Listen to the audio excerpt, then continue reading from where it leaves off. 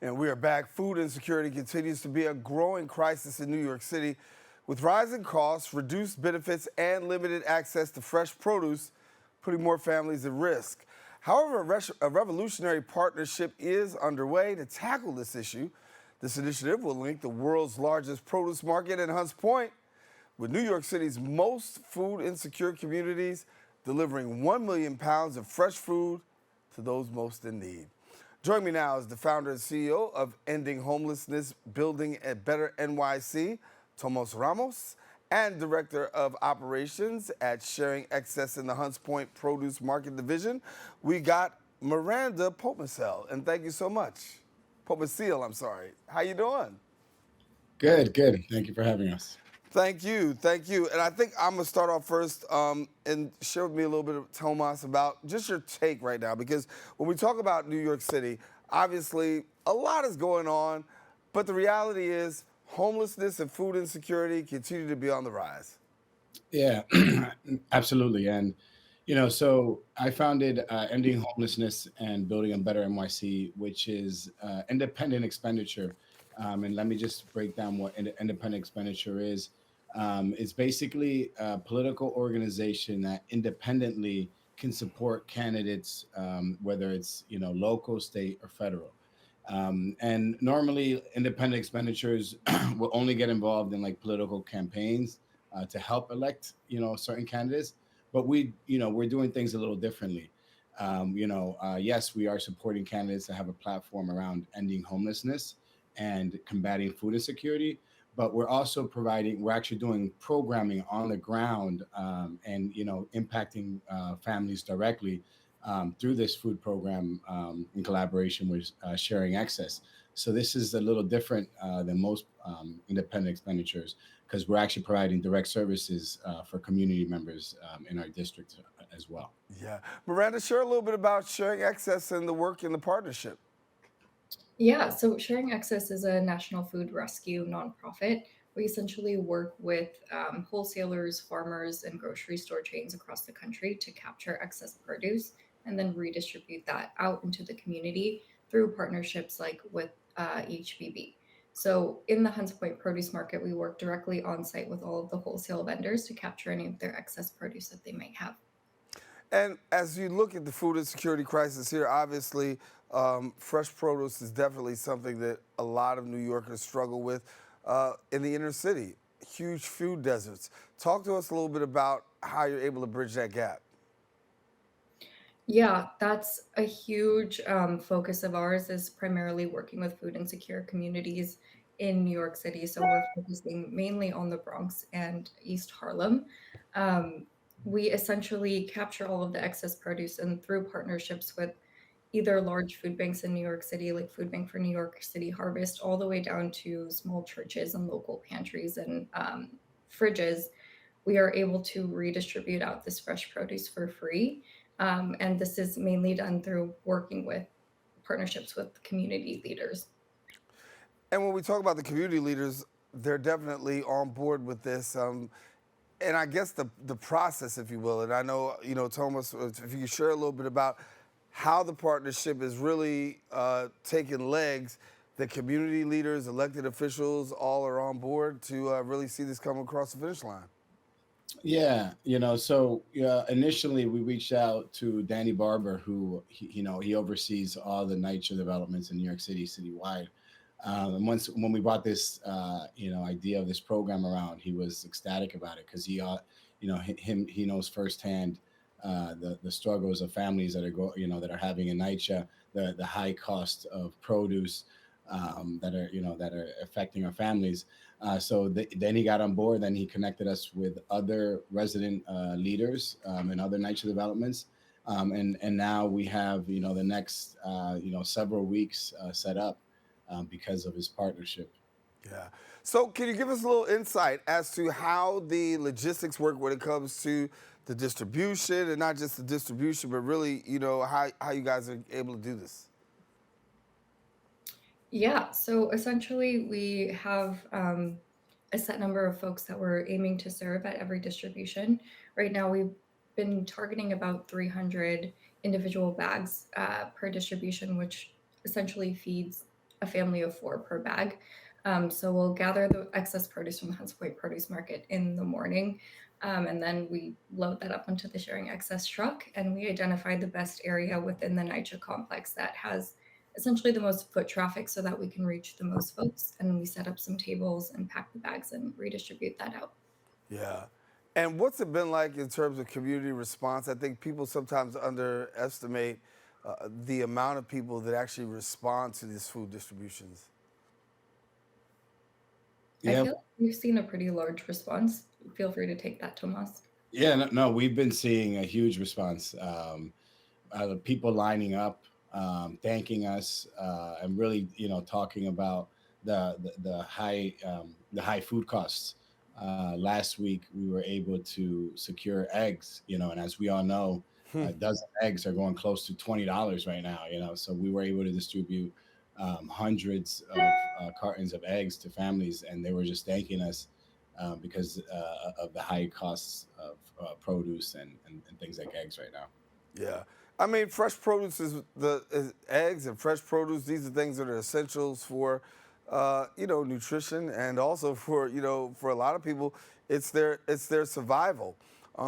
When you're able to really get this and get I should say, put your hands on the food rescue component and get this out to people, knowing that they're having an opportunity to really continue it in a way that's going to really meet their need. It's got to be a great feeling on one side, but then on the other side, it's also very challenging, I would assume, thinking that there's so many people out there that I'm meeting this need, but yet and still it seems like there's more and more, and that number just keeps growing.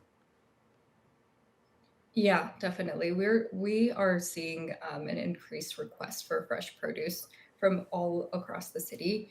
All of our partners are asking to do, increased amounts of distributions frequencies as well. So we're definitely working on scaling up our operations so that we're able to meet the need. Yeah. And Thomas, how do you close the gap between I should say between food waste and hunger? Food. How do you close the gap of food waste and hunger? There's different approaches. I always believe education is the true equalizer. So it starts with educating our community, the essential, the how important it is to have access to to fresh food, healthy foods, and then providing them with these resources at their doors as well. So it goes hand in hand. So education around how important it is to keep our bodies healthy, and then providing the accessibility to that for our families, so they're able to access it and provide a healthy meal for their loved ones as well. Yeah.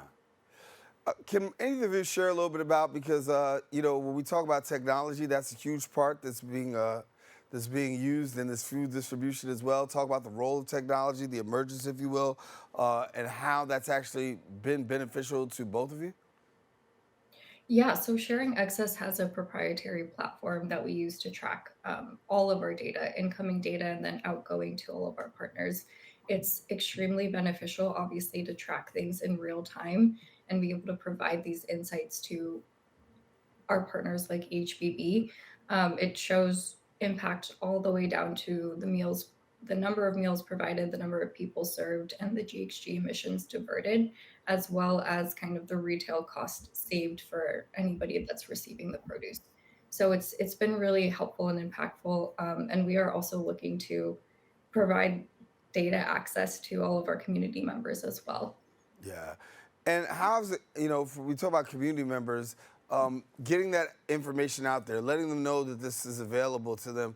How are you going about letting them know? And, I know you talk about the great response, but talk about getting the word out in the grassroots effort there too. And that's where our efforts come in. As a grassroots independent expenditure, we have a team, an outreach team that goes out 2 days before the event. When we go knocking on people's doors, leave flyers on every single floor of every single building within the NYCHA development that we're serving. But we also talk to families on the ground, letting them know that we're coming and to spread the word. So we do 2 days before, and then we do the day before as well. And we also let the resident association president know so she can send emails and text messages. So we hit them with the technology, and we also do the grassroots efforts, knocking people's doors and meeting them where they're at. Yeah. And how about seniors? I didn't get a chance to talk about them as well. Senior centers as well. Talk to me about that. Seniors. Yeah, we've targeted every single senior center in the southern part of the Bronx and East Harlem. So we already are in partnerships with all the senior centers, and we're continuing to collaborate with them on a long-term basis. Yeah. Miranda, share with me a little bit about the process of, really partnering with these farmers and those who are really providing the fresh produce. We know that they're under a tremendous amount of stress right now, and they're going through it. But yet and still, you've been able to have some significant progress. Yeah, exactly. I mean, at the end of the day, regardless of what's happening politically, there's always going to be excess produce. It's more of a supply chain issue, right? And that's what we're here to really solve, is just we're here to basically provide them with an outlet to funnel any excess produce. There are constantly trailer loads being rejected across the country for whatever reason. So we are really here to be that solution to rescuing that excess and making sure that it doesn't go to the landfill. Wow. And you touched on something right there, because I don't think people understand that there are trailers full that actually go to the landfill because they can't find places to really drop stuff off. Yeah, exactly. That's happening all across the country, all across the world every day. It's insane.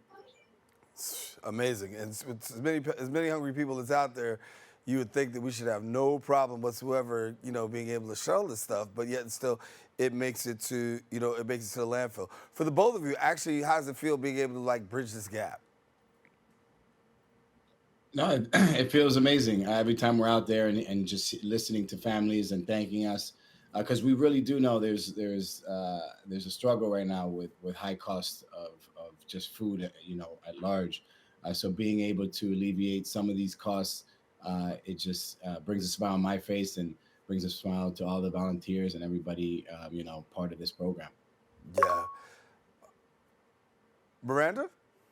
Yeah, I mean, I definitely echo that sentiment. It's extremely rewarding work, and it's not often that the Sharing Access team gets to go out and directly see the impact that we have on communities. So it's been really great partnering with HBB because we get to be out on the ground and seeing the look on everyone's faces when we're handing them these bags of produce. So it's been wonderful. Yeah. And Miranda, if you just do me a favor, share a little bit more with our Bronxites, a little bit about, and those in New York City, a little bit more about the work of the Hunts Point Produce Market Division. Yeah, so we actually set up operations in October of 2023. So we've just been here for a little bit over a year and a half. And in that time, we've been able to rescue and redistribute over 15 million pounds of produce through our operations at the market. And we're now working with over 100 community organizations all across the city. So it's been a huge impact in a really short amount of time. And this is only the beginning. Yeah, yeah. What are your future goals? We would love to expand as much as we can to be able to serve more folks. Right now, like I said, we focus primarily on the Bronx and East Harlem, and we do touch a bit into Queens and Brooklyn, but there are high rates of food insecurity everywhere. And logistically, it's been challenging to get down into those deeper boroughs. So our goals for this year are really to access community organizations and be able to provide food to South Brooklyn and deeper into Queens as well. Yeah. Tomas, yourself? Yeah, no, the same. Right now we are focused in the southern part of the Bronx and East Harlem.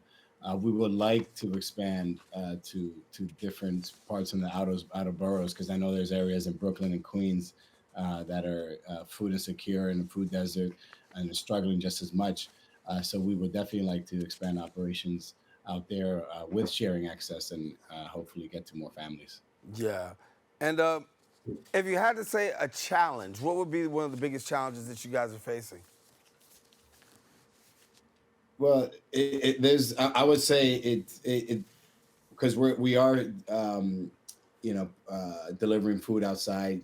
So sometimes just the weather, not knowing if it's going to rain, and then people not knowing the amount of people who are going to show up because of the weather, and being able to kind of navigate and predict how many people, how many families we're able to, get to. I think that's probably one of the logistical issues that we've had because we can't predict how nice it's going to be out and how many people are going to come. Yeah. And if the public is out there right now saying, listen, this sounds great, I really want to do something in terms of supporting and helping, how can the public be a part of supporting the work that's going on both of your sides? Yeah, for sharing access, I mean, we're always looking for volunteers. The produce market is a crazy place, but it's a very interesting piece of the food system to see. And we love to have volunteers come out and help us sort through produce. The more that we have, the more that we can get through.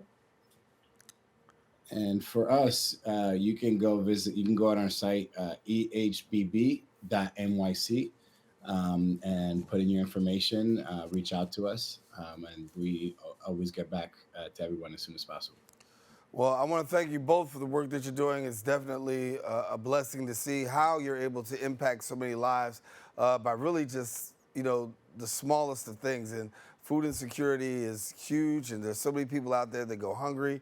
And the fact that you can fill an empty stomach and provide a smile to somebody is definitely worth being commended for. So thank you both for the work that you're doing and continue the great job. Thank you. All righty. Well, guess what? We are going to take a quick break. We got more show coming up right after this.